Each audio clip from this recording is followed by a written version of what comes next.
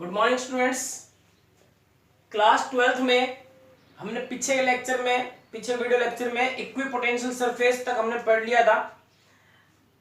अब electrostatic part के chapter second में हम अगले टॉपिक की बात करते हैं, इलेक्ट्रिक पोटेंशियल एनर्जी। अगला टॉपिक है इलेक्ट्रिक पोटेंशियल एनर्जी। सबसे पहले टॉपिक हमको क्या कह रहा है, पोटेंशियल एनर्जी। क्या फाइंड आउट करना है, पोटेंशियल एनर्जी। तो सबसे पहले इसकी डेफिनेशन देखेंगे। What are definition of electric potential energy? The amount of work done in assembling the charges at their locations by bringing them in form infinity. क्या कह रहा है, आपको कोई सिस्टम दे दिया और इस सिस्टम में आप इन्फिनिटी से किसी चार्ज को असेंबल कर रहे हो सिस्टम के अंदर, तो जितना वर्क डन आप कर रहे हो वो वर्क डन स्टोर्ड किस फॉर्म में होता है? Is stored in the form of potential energy. In the form of potential energy. Work done is stored in the form of potential energy.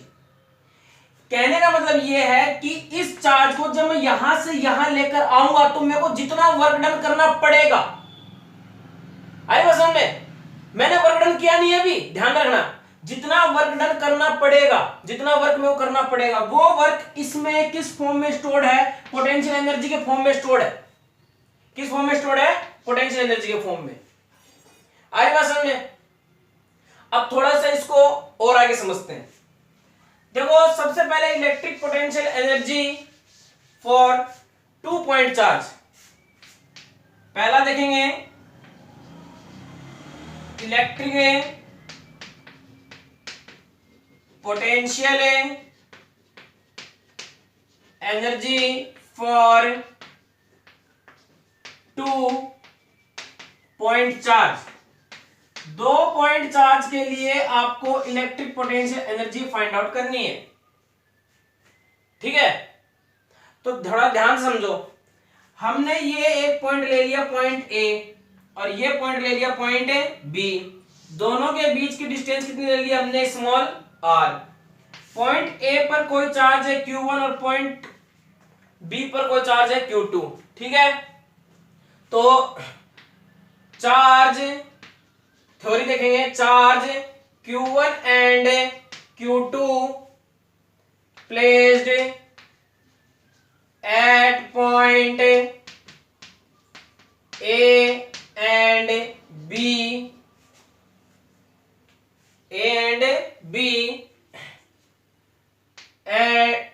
and distance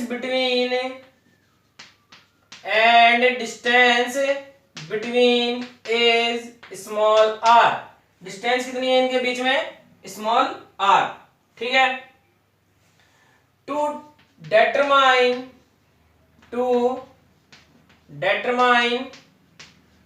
electric potential energy. To determine electric potential energy. तो electric potential energy के लिए let us consider, आप क्या करोगे? Consider, let us consider charge Q1 and Q2 placed at infinity. अब यहां थोड़ा ध्यान समझना, यहां पर थोड़ा गौर लगा समझना। हमने क्या कंसीडर कर लिया? चार्ज Q1 और Q2 जो है वो कहां है? इंफिनिटी पर है। कहां है? इंफिनिटी पर। आई बात समझ में? यहां नहीं है, ए और बी पर नहीं है। हमने क्या कंसीडर किया है पहले कि चार्ज Q1 और Q2 कहां है? इंफिनिटी पर है पहले, ठीक है? अब देखो, तो डायग्राम आपको बनाना नहीं है, वो समझाने के लिए बना रहा हूं। ये इंफिनिटी पर कोई चार्ज है Q1 एंड Q2, और ये पॉइंट A हो गया और ये पॉइंट B हो गया। ये डायग्राम में समझाने के लिए बना रहा हूं, उसको उतारना नहीं है, ठीक है? अब इंफिनिटी से Q1 चार्ज को जब आप यहां पर लेकर आते हो, ध्यान समझना, Q1 चार्ज को इंफिनिटी से जब आप पॉइंट ए पर लेकर आते हो तो आपको क्या कोई वर्क करना पड़ेगा? दोबारा से, इंफिनिटी पर कोई चार्ज Q1 है, इसको जब आप यहां से पॉइंट ए पर लेकर आते हो तो क्या आपको कोई वर्क करना पड़ेगा? आपको कोई भी वर्क नहीं करना पड़ेगा। क्यों नहीं करना पड़ेगा? क्योंकि वर्क हम कब कैलकुलेट करते हैं? जब कोई एक्सटर्नल अपोजिट डायरेक्शन में फोर्स अप्लाइड हो। लेकिन जब हम Q1 चार्ज को इंफिनिटी से पॉइंट ए पर लेके जा रहे हैं तो कोई फोर्स ऐसा है नहीं जो इस चार्ज को यहां पर आने से रोक सके, क्योंकि फोर्स तो तब प्रोड्यूस होता है जब यहां पर कोई चार्ज होता है। यहां पर कोई चार्ज ही नहीं है, पॉइंट बी पर कोई चार्ज ही नहीं है, तो ये चार्ज Q1 कहां आ गया? इस पॉइंट ए पर आ गया। तो जो Q1 चार्ज को यहां से यहां आने में जो वर्क करना पड़ा वो कितना करना पड़ा? W1। तो W1 क्या हो गया? 0। क्या हो गया? 0। आ रही बात समझ में? W1 क्या हो गया हमारे पास में? 0। कोई दिक्कत इसमें नहीं? ओके। अब देखो, अब ये जब Q1 यहां पहुंच गया पॉइंट ए पर, तो ये एक पॉजिटिव चार्ज है। अब इसके थ्रू पोटेंशियल हमको पॉइंट बी पर देखना है, तो potential at point B through due to Q1 charge. तो Q1 चार्ज के थ्रू पोटेंशियल पॉइंट बी पर क्या हो जाएगा? हम कितना मान लेते हैं? V मान लेते हैं। कितना मान लेते हैं? V।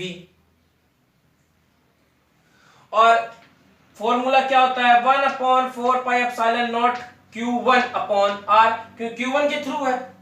किसके थ्रू है? Q1 के थ्रू है। किस पर पोटेंशियल? इस पर पोटेंशियल। अब इंफिनिटी पर जो चार्ज Q2 है, इसको जब आप पॉइंट बी पर लेकर जाओगे तो इस बी पर पहले से पोटेंशियल है, वो पोटेंशियल इस चार्ज को यहां आने के लिए क्या लगाएगा? फोर्स लगाएगा अपोजिट डायरेक्शन में। तो हमको क्या मिलेगा? वर्क मिलेगा। भाई पहले तो फोर्स नहीं लग रहा था तो वर्क मिल रहा था, कितना मिल रहा था? 0। जब Q1 चार्ज इस A पॉइंट पर आ गया तो इस चार्ज के थ्रू इस पॉइंट पर B पॉइंट पर हमको पोटेंशियल कितना मिल गया? V equals to KQ upon R। लेकिन जब हम Q2 चार्ज को इंफिनिटी से B पॉइंट पर लेकर गए तब हमको कितना वर्क करना पड़ा? W वर्क करना पड़ा। कितना वर्क करना पड़ा? W। और W इक्वल्स टू क्या होता है हमारे पास में? मैं ऊपर लिख देता हूं। W इक्वल्स टू क्या होता है? W इक्वल्स टू होता है Q इंटू V। ये होता है, ये भी उतारना नहीं है, मैं इसको सिस्टमेटिक तरीके से करवाऊंगा। Q into V। तो W1 Q1 चार्ज को लेकर आए इंफिनिटी से, W2 Q2 चार्ज को लेकर आए तो W2। और इस चार्ज के इस वर्क डन में, ये जो वर्क डन है आपके पास में, ये किसके ऊपर कर रहे हो आप? Q2 के ऊपर। Q2 के लिए तो Q2। तो W2 इक्वल टू क्या हो जाएगा? Q2 into V। V कौन सा? 1/4πε0 है ये। तो W2 इक्वल टू क्या आ जाएगा? 1/4πε0 Q1 into Q2 upon R। ये हमारे पास में W2 आ गया। इसी टाइप से अगर थर्ड चार्ज है तब Q1 और Q2 के थ्रू पॉइंट C पर पोटेंशियल और फिर वर्क डन कैलकुलेट करेंगे। तो सबसे पहले देखेंगे, इतनी थ्योरी समझ में आ गई होगी, देखेंगे हम इसको।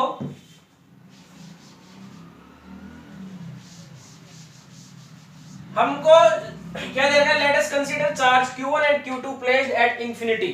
ठीक है, तो फर्स्ट व्हेन चार्ज Q1 है, व्हेन चार्ज Q1 है moving from infinity to point A, then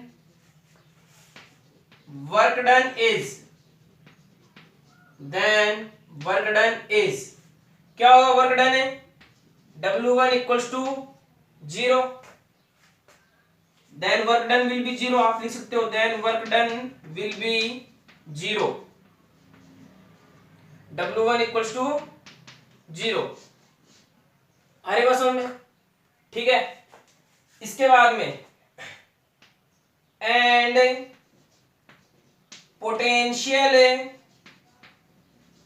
eight point B, ठीक है। हमने इंफिनिटी से ए पॉइंट पर वर्क डन कैलकुलेट कर लिया। अब potential at point B due to Q1 charge, Q1 charge के थ्रू हम पोटेंशियल फाइंड आउट करेंगे। क्या आ जाएगा, V equals to K Q1 upon R। Okay, equation number first, equation number second, यहां तक बात समझ आ गई। पॉइंट नंबर है सेकंड, ये फर्स्ट पॉइंट हो गया।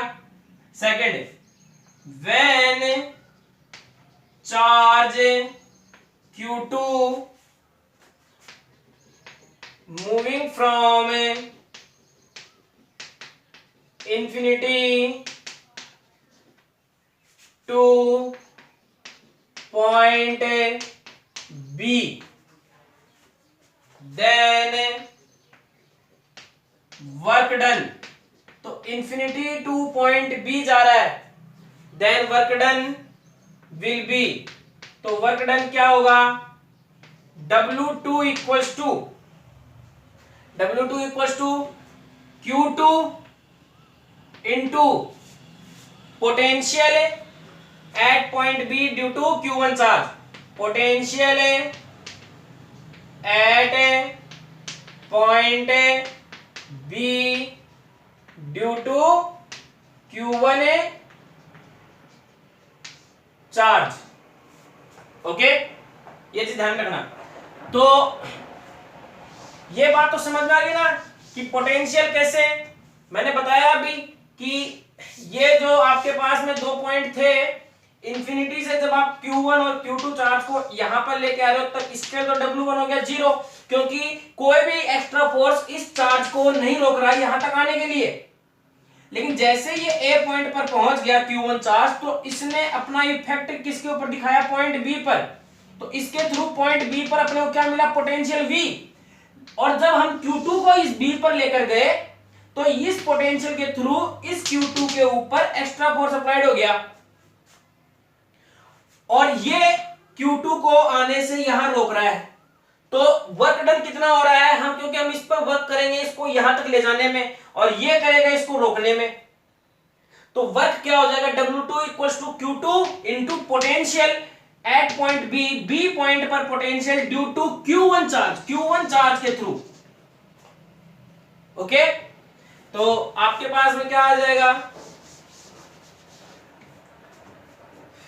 W2 इक्वल्स टू, अब Q2 इंटू पोटेंशियल कितना है 1/4 pi epsilon naught Q1 upon R, then W2 equals to क्या हो जाएगा, K Q1 into Q2 upon R। ये हमारे पास में वैल्यू हो जाएगी, ठीक है।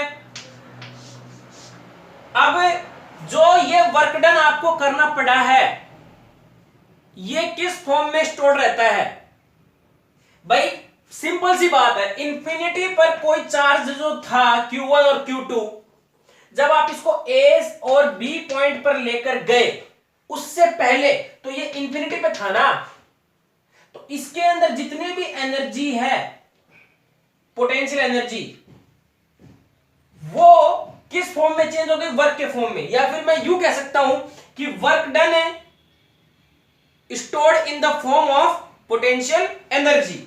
क्या आ जाएगा, वर्क डन है stored in the form of potential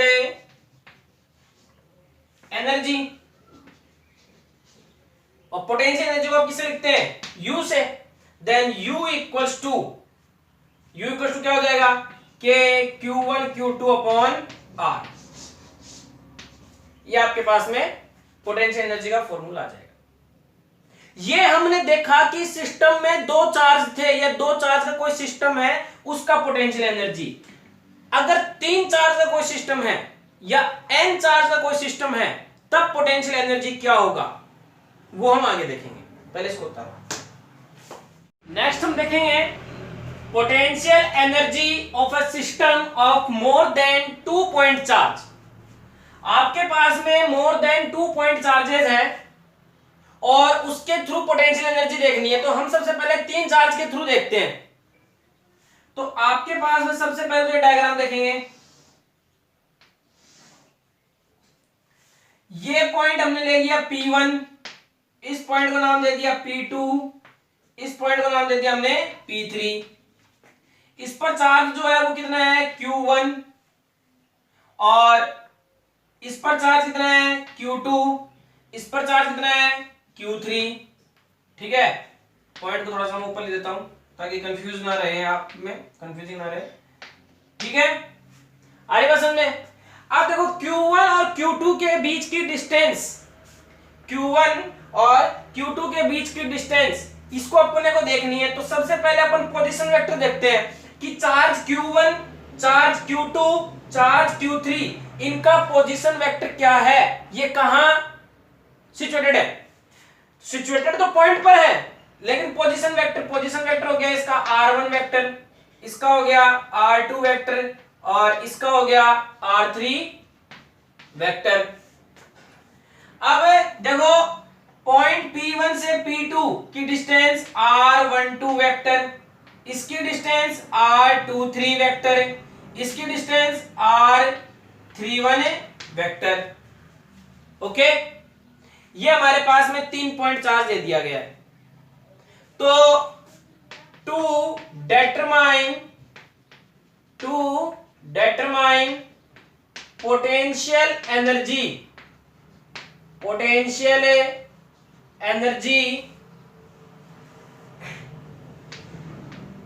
due to 3 point charge के थ्रू। ठीक है, तो let us consider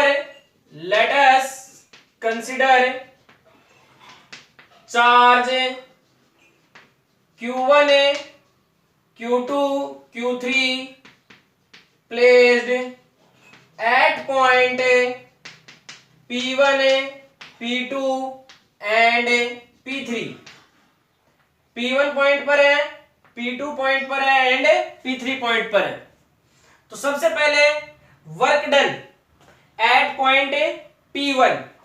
ठीक है, तो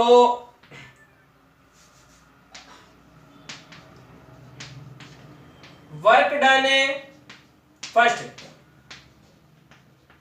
eight point P1 when charge Q moving from infinity to point P1, when charge Q1 moving from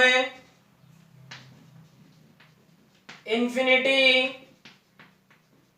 to point P1, कहां से कहां आ रहा है? इंफिनिटी से पॉइंट P1 पर। देन वर्क डन क्या होगा? Then work done will be, work done क्या होगा?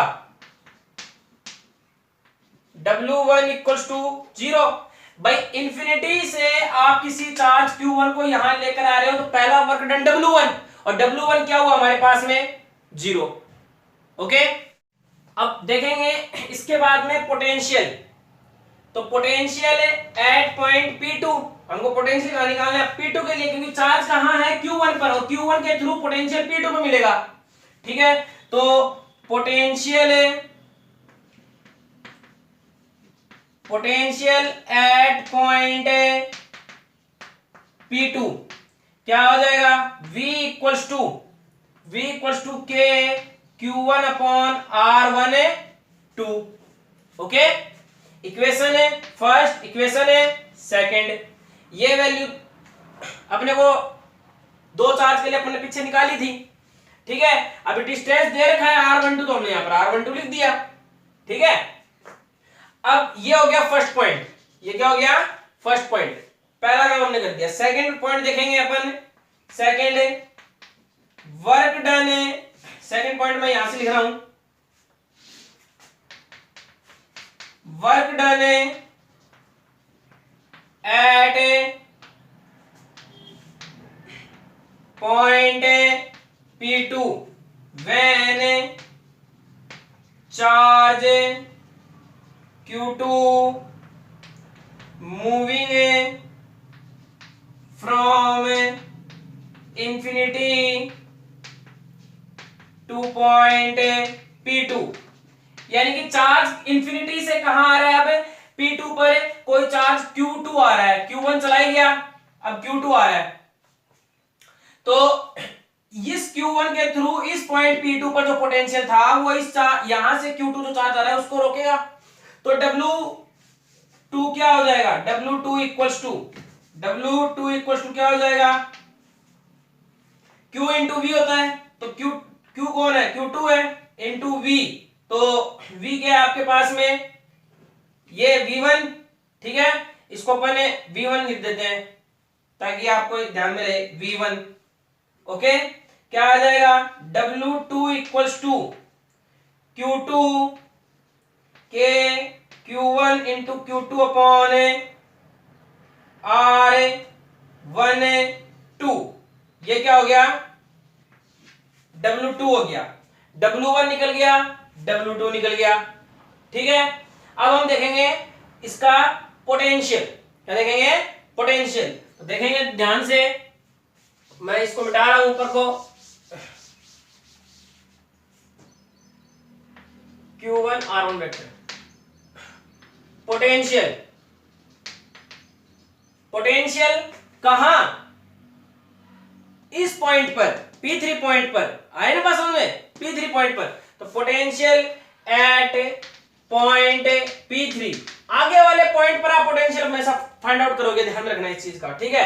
वर्क डन सेम पॉइंट पर, पोटेंशियल आगे वाले पॉइंट पर। चार्ज को आप इस पर लेकर आए तो पोटेंशियल आपने इस पे किया, चार्ज को आप इस पे लेकर आए तो पोटेंशियल आपने इस पे किया, ठीक है। तो पोटेंशियल हमेशा अगले वाले पॉइंट पर। वैसे पोटेंशियल की जरूरत है नहीं अपने को, लेकिन हमको केवल और केवल वर्क डन चाहिए, लेकिन फिर भी पता होना चाहिए आपको पोटेंशियल कैसे निकल रहा है। तो W2 हो गया अपने पास में, पोटेंशियल क्या आ जाएगा, पॉइंट P3 पर V2 इक्वल्स टू, अब देखो आपके पास में सबसे पहली चीज, जब पोटेंशियल आपको इस पर निकालना है, किस पर है, पॉइंट P3 पर, तो पोटेंशियल में K तो कॉमन आ जाएगा, K कॉमन आ जाएगा, K क्या आ जाएगा, कॉमन। और इस पॉइंट P3 पर पोटेंशियल इसके थ्रू और इसके थ्रू, दोनों के थ्रू पोटेंशियल अपन निकालेंगे। ध्यान से सुनना, मैं पोटेंशियल की बात कर रहा हूं, किसी कर रहा हूं, पोटेंशियल की। और पोटेंशियल P3 पॉइंट पर इसके थ्रू, यानी कि इस चार्ज के थ्रू भी पोटेंशियल और इस चार्ज के थ्रू भी क्या आ जाएगा, Q1 अपॉन में R1 2 प्लस Q2 अपॉन में R2 3। ये आ गया पोटेंशियल, ओके। अच्छा, ये सेकंड पॉइंट हो चुका है, ध्यान रखना। फर्स्ट पॉइंट हो गया, सेकंड पॉइंट हो गया, अब third point, work done at point P3। तो P3 पॉइंट पर वर्क डन, ठीक है, क्या आ जाएगा, when charge Q3 moving from infinity to point P3, then work done. तब वर्क डन क्या होगा, देन वर्क डन। तो मैं इसको मिटा देता हूं फर्स्ट पॉइंट को, ठीक है।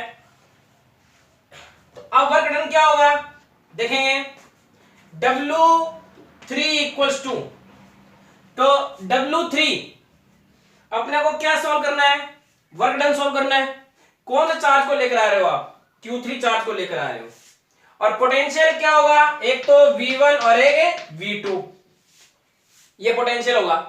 क्या आ जाएगा? W3 इक्वल्स टू, क्योंकि P3 पर पोटेंशियल इस पर जो चार्ज है उसके थ्रू और इस पर जो चार्ज है उसके थ्रू, और फॉर्मूला W इक्वल्स टू क्या होता है? Q into V।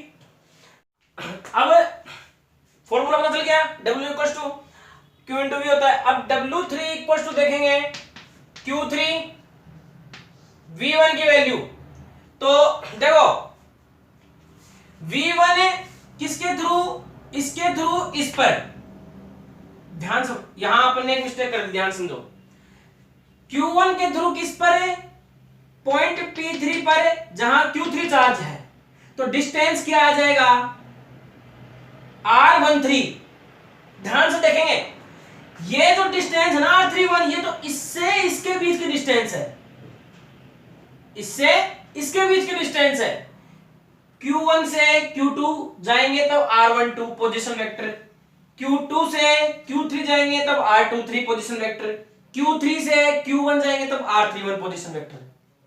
लेकिन Q1 से Q3 जाओगे तब R13 पोजीशन वेक्टर। ठीक है, तो यहां आप इसमें R13 करेंगे, ठीक है ना, R13।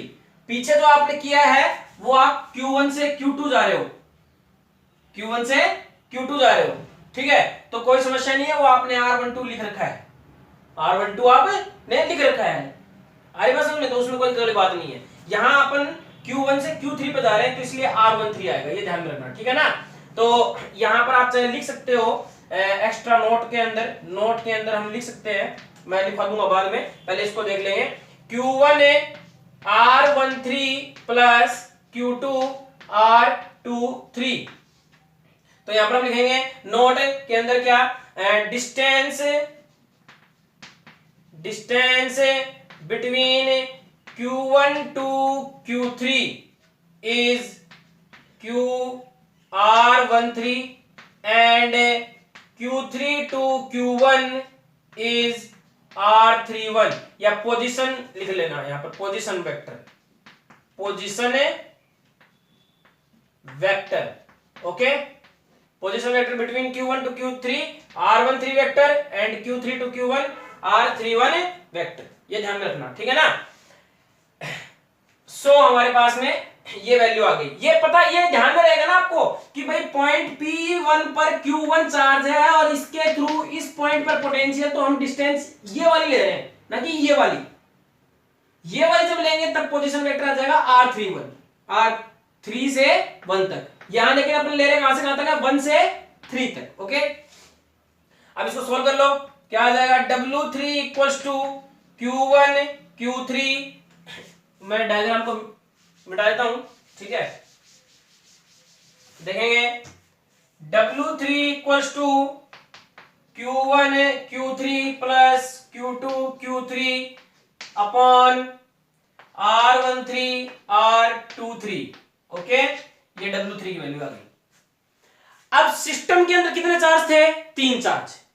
Then total work done, so total work done, तो टोटल वर्क डन हम कैलकुलेट करेंगे, क्या आ जाएगा? W equals to W1 plus W2 plus W3। W equals to W1 की वैल्यू कितनी थी? 0 प्लस W2 की value 1/4 pi epsilon naught Q1 into Q2 upon R12 plus, ठीक है, W3 की वैल्यू मैं इसको मिटा देता हूं, ये रही, तो क्या आ जाएगा? Q3 या ये रही ना, ये वाली वैल्यू रही, ठीक है ना। Q1 Q3 upon R13 plus Q2 Q3 upon R23, ठीक है। 1/4 पाई एप्सिलॉन नॉट सब में कॉमन आ जाएगा, ओके। यहां पर हमने लिखा नहीं, आप इसको सही लिख लेना, के बाहर आएगा, ठीक है ना। तो ये हमने बाहर ले लिया, कोई समस्या नहीं।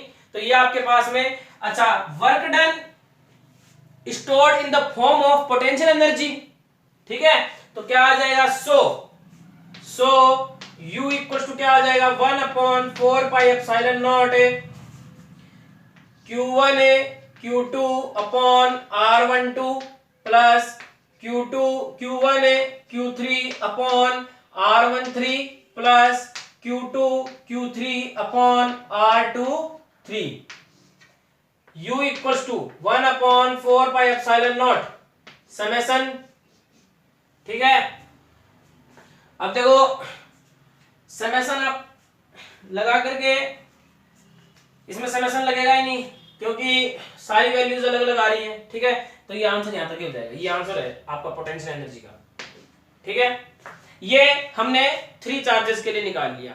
ऐसे ही हम सिमिलरली n चार्जेस के लिए भी कर लेंगे, वो हम देखेंगे नेक्स्ट वीडियो में।